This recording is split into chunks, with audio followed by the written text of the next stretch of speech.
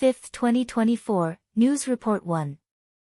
Taiwan's Minister of National Defense, Gu Lixiong, made a report to the Foreign Affairs and National Defense Committee of the Legislative Yuan on June 6. Gu Lixiong stated that Taiwan does not have a so-called first strike policy, only the exercise of its right to self-defense. He pointed out that when the PLA attacks Taiwan's aircraft, ships target Taiwan's facilities, outlying islands, or enter Taiwan's 12 nautical mile airspace or territorial waters without permission, the National Army will exercise its right to self-defense. This is the first report Gu Lixiong has made to the Legislative Yuan since taking office. He emphasized that the right to self-defense is a right provided for in the UN Charter, and when faced with armed attacks or threats, proportional self-defense can be undertaken. Gu Lixiong pointed out that Taiwan's military originally defined the first strike as the right to return fire when fired upon by the PLA. However, in March of this year, the then Minister of National Defense, Chiu Guozheng, stated in the Legislative Yuan that the military had revised the definition of first strike, allowing the military to launch a first strike as long as PLA aircraft or ships entered Taiwan's airspace or territorial waters. This definition has been in effect since August 2022, when then Speaker of the U.S. House of Representatives Pelosi visited Taiwan, but has not been publicly disclosed. Gu Lixiong's speech on June 6 in the Legislative Yuan is consistent with Chiu Guozheng's definition and describes first strike in more concrete terms, such as when the PLA attacks Taiwan's aircraft, ships, facilities, as well as outlying islands, the National Army will exercise its right to self-defense. Since President Lai Ching-te took office, PLA aircraft have frequently flown over the median line of the Taiwan Strait, approaching within about 40 nautical miles of Taiwan, but have not entered Taiwan's airspace. In addition, U.S. President Biden stated in an interview with Time magazine that he does not rule out the use of force to protect Taiwan. In response, Gu Lixiong stated that Taiwan's most important task is to strengthen its self-defense capabilities and to join the United States Indo-Pacific strategy to form an effective combination.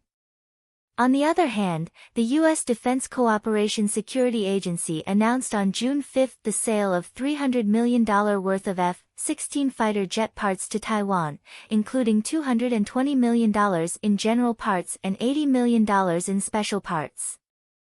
This is the 14th time since President Biden took office that the U.S. has sold weapons to Taiwan.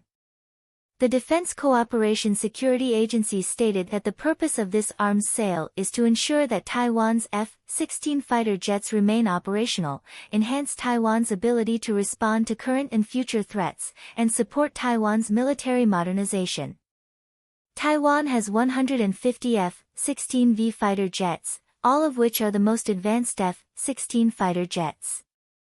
Also on the same day, the Taiwan-U.S. Defense Industry Forum was held behind closed doors in Taipei, attended by representatives from 27 U.S. defense companies, including Lockheed Martin and Raytheon, as well as representatives from Taiwan's Aerospace Industrial Development Corporation, National Chung-Shan Institute of Science and Technology, Taiwan International Shipbuilding, and local experts and scholars.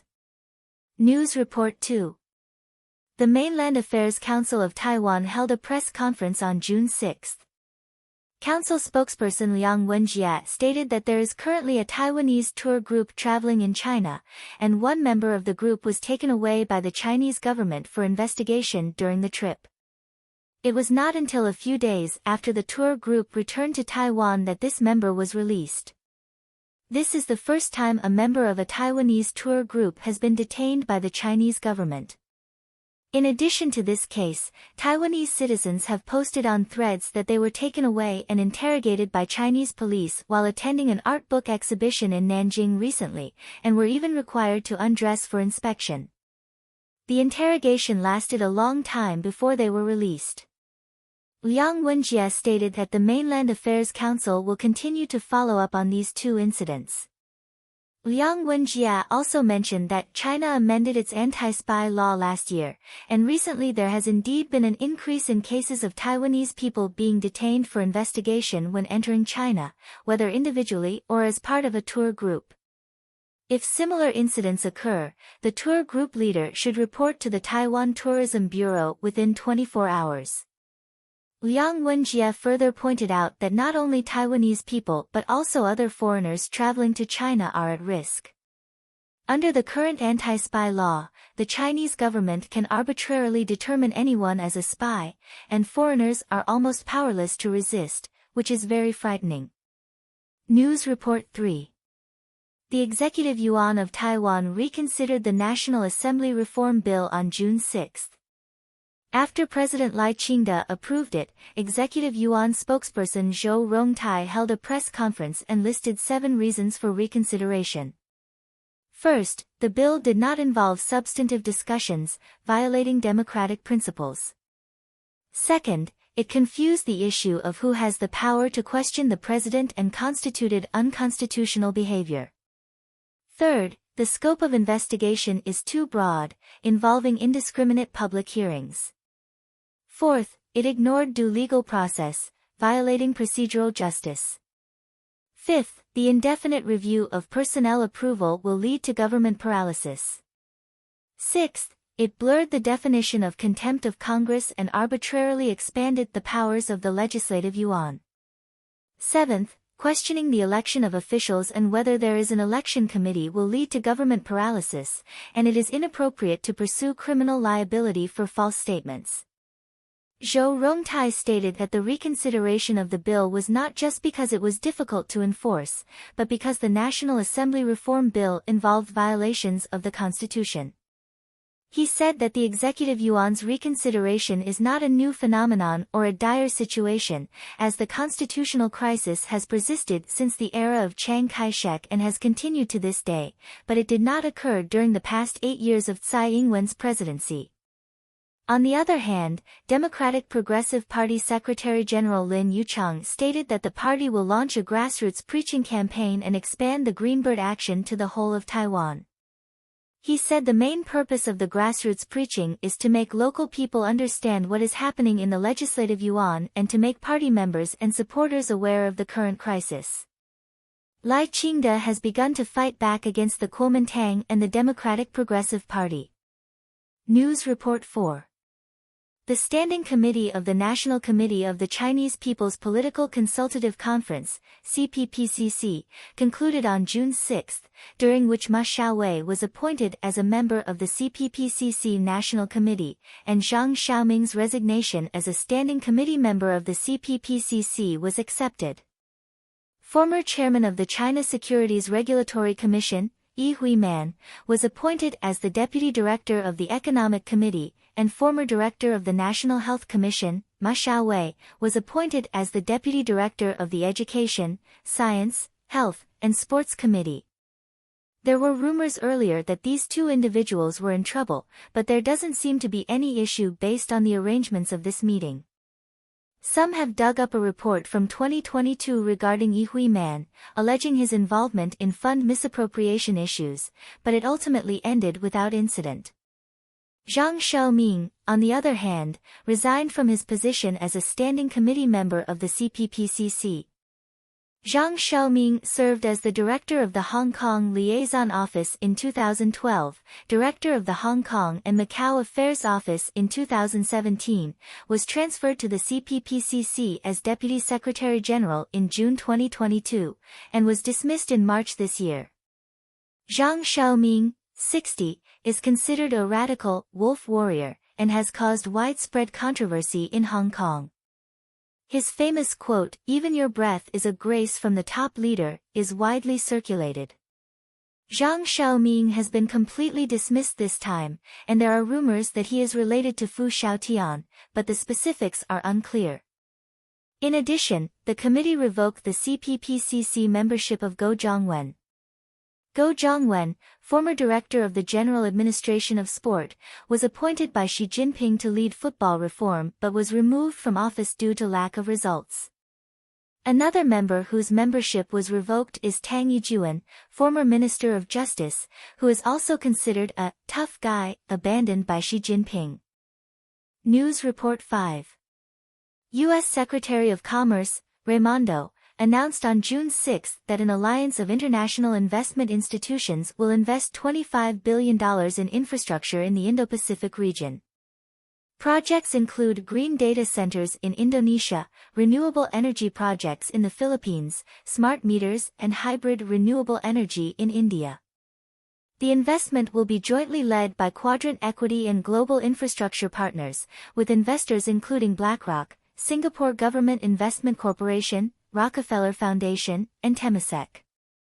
The Philippines announced its withdrawal from the Belt and Road Initiative last November, giving up Chinese funding for 3 transportation projects and expressing confidence in obtaining funds elsewhere.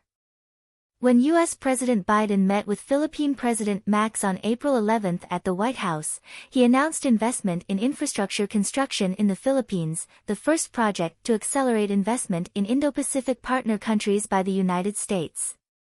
Raimondo stated that the investment is aimed at enhancing economic infrastructure in the Indo-Pacific region, while demonstrating the U.S. commitment to the region. The U.S. hopes that through these investment projects, it can establish closer economic ties with countries in the Indo-Pacific region and provide sustainable development opportunities. This contrasts with China's investment competition in the region, as the Philippines chooses to cooperate with the United States, demonstrating its confidence in diversifying sources of funds. News Report 6.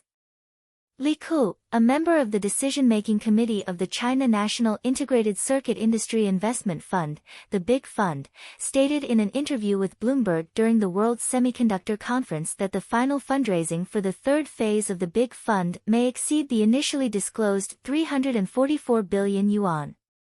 This is because more state-owned enterprises have joined the ranks of investors, such as the Industrial and Commercial Bank of China. Li Ku stated that this reflects the Chinese government's determination to build a self-sufficient chip industry.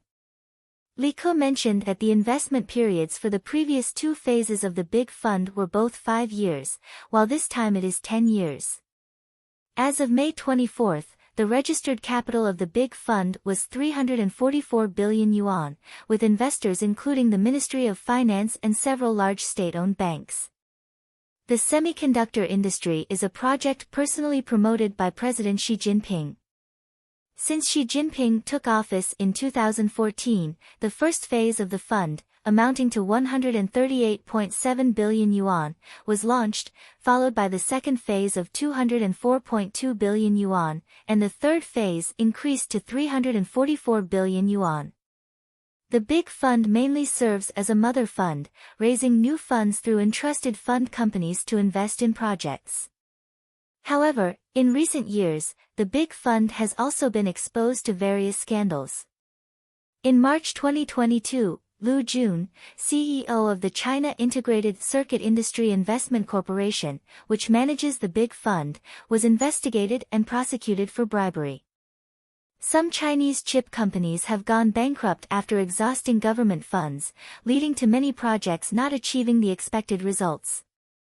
Li Ku stated that the funds of the Big Fund are mainly invested in projects related to leading relationship holders or projects that can receive kickbacks, so many projects have not had actual effects.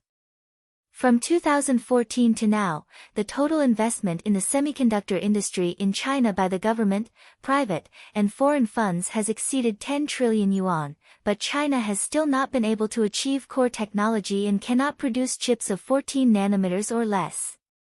The development of the semiconductor industry in China still faces many challenges. News Report 7. According to a report by China Business Network, Jiaozhou City in Shandong Province recently introduced a policy for group purchases of commercial housing, where citizens participating in the group purchase only need to pay a down payment of 7.5%. It is reported that Jiaozhou City is offering this group purchase opportunity to employees in the city's health system, education system, and large industrial enterprises. Participants in the group purchase can buy all the real estate projects currently on sale, and the prices are guaranteed to be the lowest for similar properties. The down payment for purchasing a house is only 7.5%, and the rest can be paid off within 2 years. In addition, Qingdao City has a policy that requires a 15% down payment for the first house and a 25% down payment for the second house. Compared to this, Jiaozhou City's policy is equivalent to half of Qingdao City's first house down payment policy, making Jiaozhou City's down payment level the lowest in the country. Some experts point out that if the down payment ratio continues to decrease, there may even be a situation of zero down payment. Zero down payment is considered a very aggressive housing purchase policy but is also seen as a potential market risk. News Report 8. According to a report by China Business Network, Jiaozhou City in Shandong Province recently introduced a policy for group purchases of commercial housing, where citizens participating in the group purchase only need to pay a down payment of 7.5%. It is reported that Jiaozhou City is offering this group purchase opportunity to employees in the city's health system, education system, and large industrial enterprises. Participants in the group purchase can buy all the real estate projects currently on sale, and the prices are guaranteed to be the lowest for similar properties. The down payment for purchasing a house is only 7.5%, and the rest can be paid off within 2 years. In addition, Qingdao City has a policy that requires a 15% down payment for the first house and a 25% down payment for the second house. Compared to this, Jiaozhou City's policy is equivalent to half of Qingdao City's first house down payment policy, making Jiaozhou City's down payment level the lowest in the country. Some experts point out that if the down payment ratio continues to decrease, there may even be a situation of zero down payment. Zero down payment is considered a very aggressive housing purchase policy but is also seen as a potential market risk. News Report 9.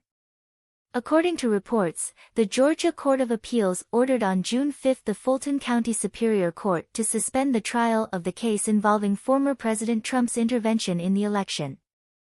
In August last year, the Fulton County grand jury decided to prosecute Trump and 18 others, accusing them of participating in a massive conspiracy to overturn the results of Georgia's 2020 presidential election. 4 defendants have pleaded guilty, but Trump and others have not. This case is one of the 4 criminal cases against Trump and is handled by Fulton County District Attorney Fani Willis. Trump did not want Willis to handle the case and therefore filed a motion with the Fulton County Superior Court to request Willis to withdraw, claiming that Willis had a romantic relationship with the case's special prosecutor Wade, leading to a conflict of interest.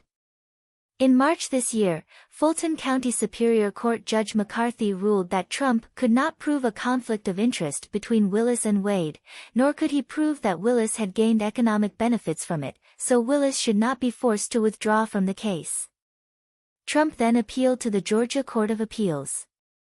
On June 5, the Georgia Court of Appeals ordered that the Fulton County Superior Court suspend the trial of the case during the appeals process. The Georgia Court of Appeals plans to hear Trump's appeal on October 4 and will make a ruling by mid-March next year. The losing party can appeal to the Georgia Supreme Court. Although these cases were unlikely to go to trial before this year's November election, the latest developments have made the trial date even more uncertain. Trump's legal team's strategy is to delay all criminal cases as much as possible until after the November election. If Trump wins, he can withdraw all federal lawsuits against him. However, last week, a New York grand jury indicted Trump on charges of forging business records in a hush money case. Nevertheless, Trump's legal team will continue to postpone these cases. News Report 10. On the afternoon of June 6, Hong Kong Legislative Council members went to the government headquarters to watch a national security documentary produced by the Hong Kong government. The documentary is 45 minutes long and mainly shows the demonstrations during the 2019 anti-extradition movement, including footage of the demonstrations and police injuries. Legislative Council members were required to attend the screening but were not allowed to disclose the content to the public. Currently, the Hong Kong Legislative Council has no Democratic members and is entirely composed of pro-establishment members. However, the government still requires these members to watch the documentary to enhance their awareness of national security. On the other hand, the co-chairs of the Congressional Executive Commission on China, Chris Smith and Jeff Merkley, wrote to Google and YouTube requesting them to allow Hong Kong users to watch videos of the song, Glory to Hong Kong, on YouTube. A Hong Kong court issued a restraining order against this song, leading to YouTube blocking 32 videos containing the song from Hong Kong users. The letter criticized Hong Kong's restraining order, stating that it violated international human rights standards, and pointed out that the restraining order did not prohibit the use of this song in arts, academia, and news. Google and YouTube's blocking of these videos for Hong Kong users exceeded the scope of the court order. These events reflect the Hong Kong government's strict measures in maintaining national security and also show the continued international attention and criticism of Hong Kong's freedom of speech and human rights situation. News Report 11. June 6 marks the 80th anniversary of the D-Day landings in Normandy, France, by the American and Allied forces. President Biden attended the commemorative events in Normandy. On that day, Biden and First Lady Jill visited the Normandy American Cemetery and Memorial to pay their respects and shook hands with the veterans who fought in the war. Biden stated that many American soldiers sacrificed their lives for freedom and democracy in the Normandy battle 80 years ago, and although they could not return home, their sacrifices were worthwhile. He emphasized that the struggle between freedom and dictatorship is endless, and democracy must be defended by everyone.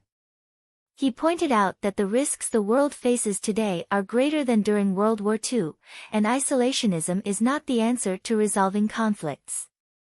He stated that NATO is more united now than ever before and more willing to maintain world peace and defend freedom. Biden also emphasized that the United States and its allies will continue to support Ukraine because the consequences of succumbing to hegemony and dictatorship are unimaginable.